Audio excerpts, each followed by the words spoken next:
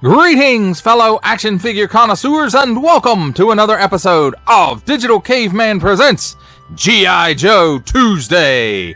I, as always, am your host, the Digital Caveman, and today I will be presenting you with the G.I. Joe Classified Series number 87, Robert Grunt Graves.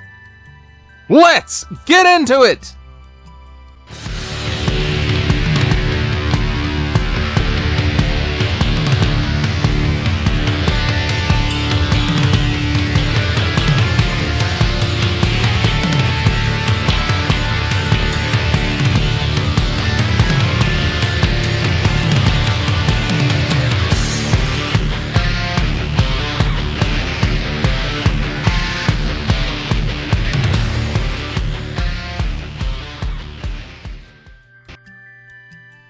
Let's start things off with a look at the packaging. And here on the top, for and up, warning, don't stick things in your pie hole that do not belong there. G.I. Joe Classified Series with the G.I. Joe and the stripes being embossed right there. Nice digital renders of the accessories. Nice practical shot of the figure. Nice artwork of the character. G.I. Joe Classified Series, again, the G.I. Joe and the stripes are embossed, and the embossing does go around to this side with the stripes.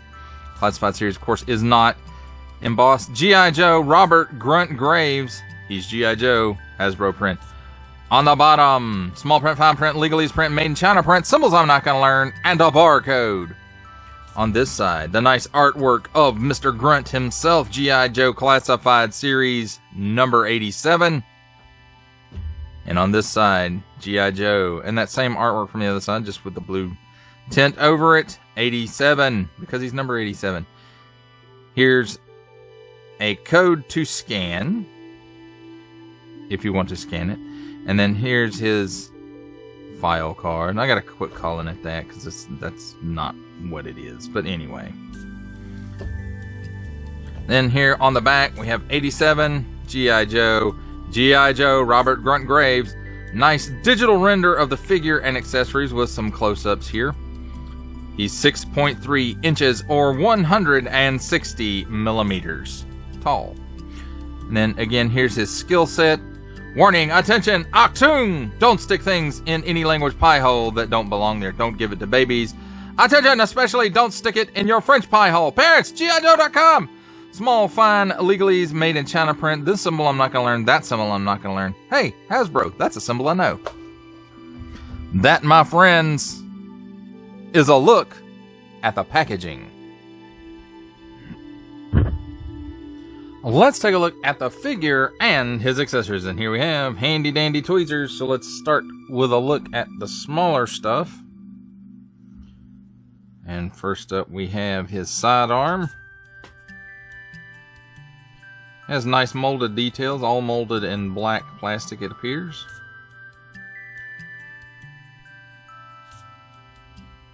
So very nice. Here we have his knife. Looks to be molded in black plastic and silver paint app for the blade.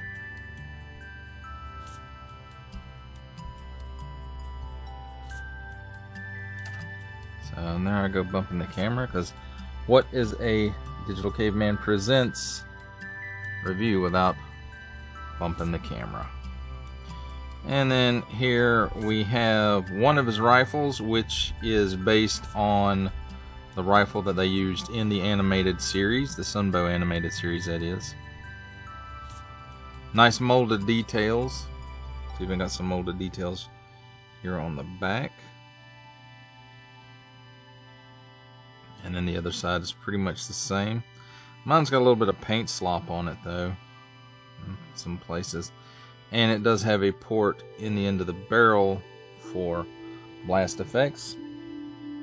Next up we have his more realistic looking rifle. It's got a little scope here on the top, nice molded details, all molded in black plastic. It's got some nice details here on the back, on the handle.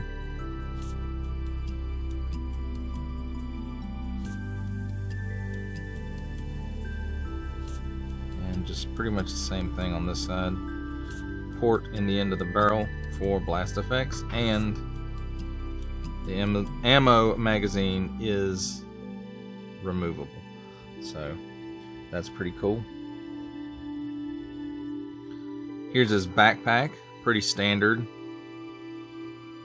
I think this is supposed to remind us of that old little small backpack knapsack looking thing that used to come with some of the Joes. I think Grunt came with one of those little knapsack backpacks, but nicely detailed, all molded in this color. No paint apps. A little bit of detail on this side, so not bad. Next up we have the alternate head, which I'm guessing is used for army building. If you wanted a bunch of steel core troopers. It's got a little bit of a paint slop right here, you can see. Nice paint apps otherwise. Got one for the visor and here around the faceplate, and then up here. And other than that, nice molded details. This is a very nice looking piece, at least in my opinion. Your mileage of course may vary. Here we have his helmet, and I think this is the same helmet they use on the 60th anniversary infantry trooper. And it does have some nice molded detail in it. I do wish, however, that this was more like the Action Force helmets, and this was actually a port that could be used for night vision goggles and whatnot. That would have been kind of cool. But other than that, not bad. Let's take a look at the figure himself.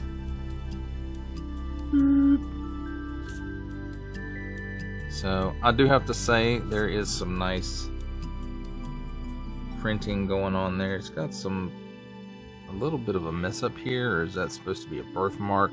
I don't know. But around the eyes, looks very crisp and clean. And then a little bit of shade there on the lips and around the nose,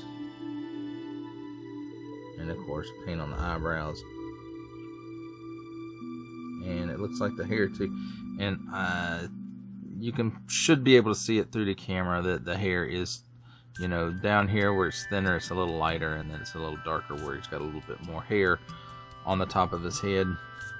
Most of this guy is molded in this correct green color. At least I'm assuming it's green. I'm colorblind, don't make fun of handicapped people. The vest does have some paint apps on it. The Joe Pro. It does have his rank and last name here. He's proud to be an American.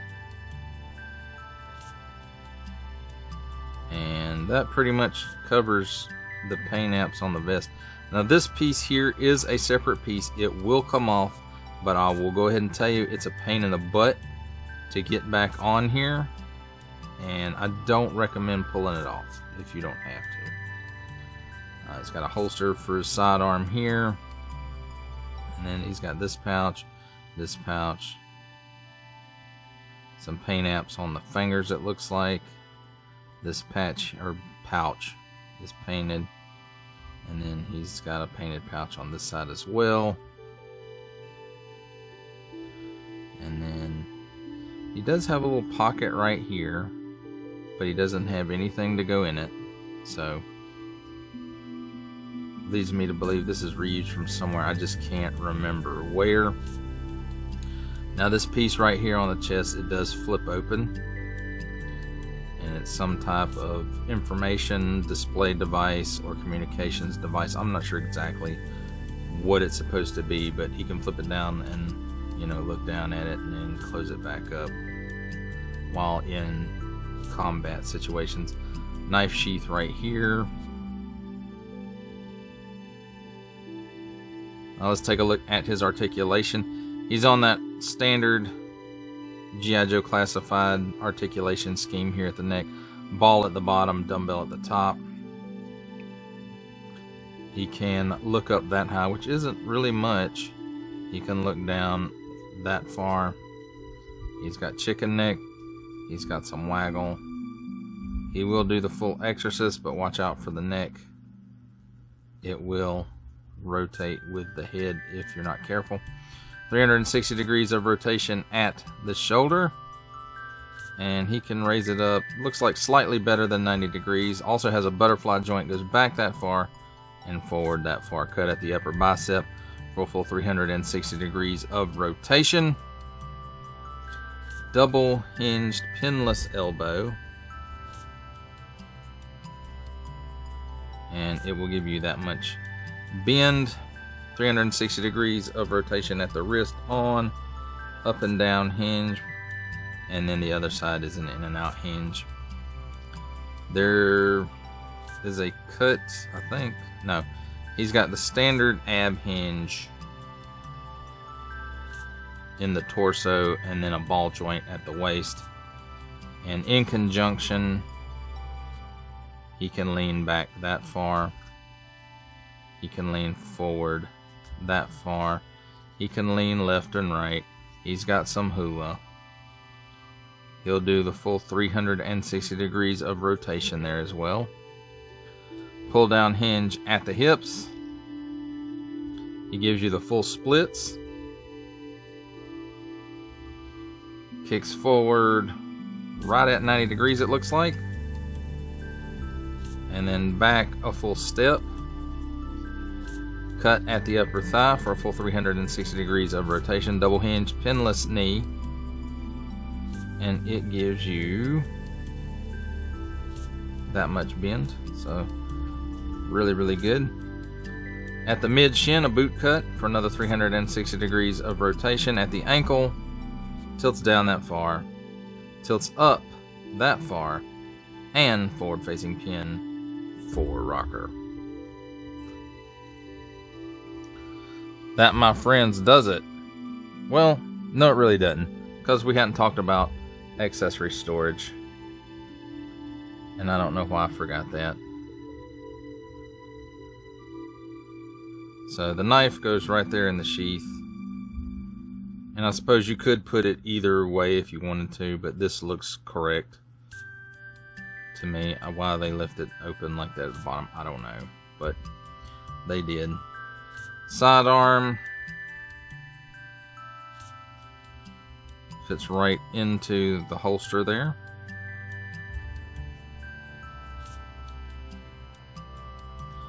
Backpack.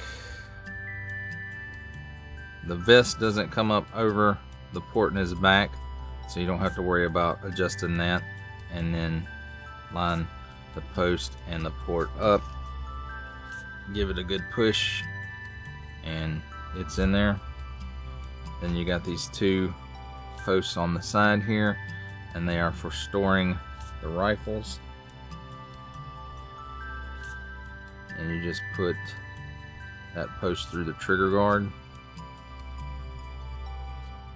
which seems like a really not good way to store a weapon through the trigger guard, but there it is. And then finally, you just take his helmet and put it on its head. You might have to adjust it a little bit to get the look that you want out of it. And unfortunately, no storage for the alternate head. So there we have it, my friends. A look at the figure and his accessories and storage. It's time for my favorite part of a review, comparisons. And here we have the G.I. Joe Classified Series Grunt with the G.I. Joe Classified Series Tripwire and the G.I. Joe Classified Series Rock and Roll.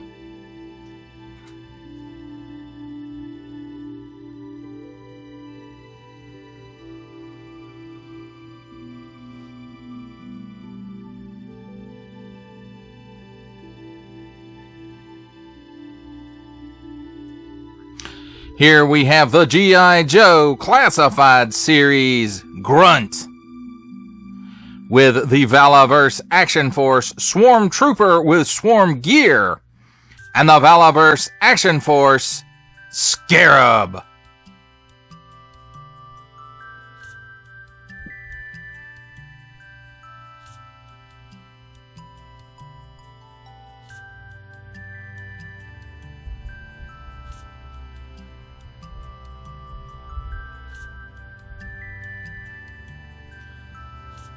For our final set of comparisons, here we have the G.I. Joe Classified Series Grunt, with from the Marvel Legends series making his cameo appearance, Stan the Man Lee, from G.I. Joe Classified Series, the Hasbro Pulse exclusive Regal variant Cobra Commander, from Star Wars The Black Series, the Archive Edition 501st Legion Clone Trooper, and for a 7-inch scale comparison from the Masters of the Universe Masterverse line, the 40th Anniversary He-Man.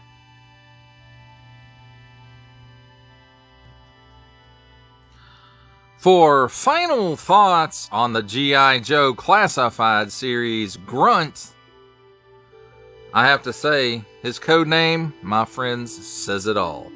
That is exactly what this figure is. He is a grunt. From his deco or lack thereof, to the colors selected, to his loadout, everything is just, he's a grunt. And that's what he's supposed to be.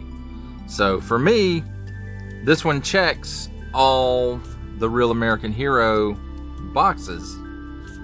Your mileage, of course, may vary, but I think they did a good job updating this character and giving him some more modern infantry pieces, like the little communications device that's on the front of his vest.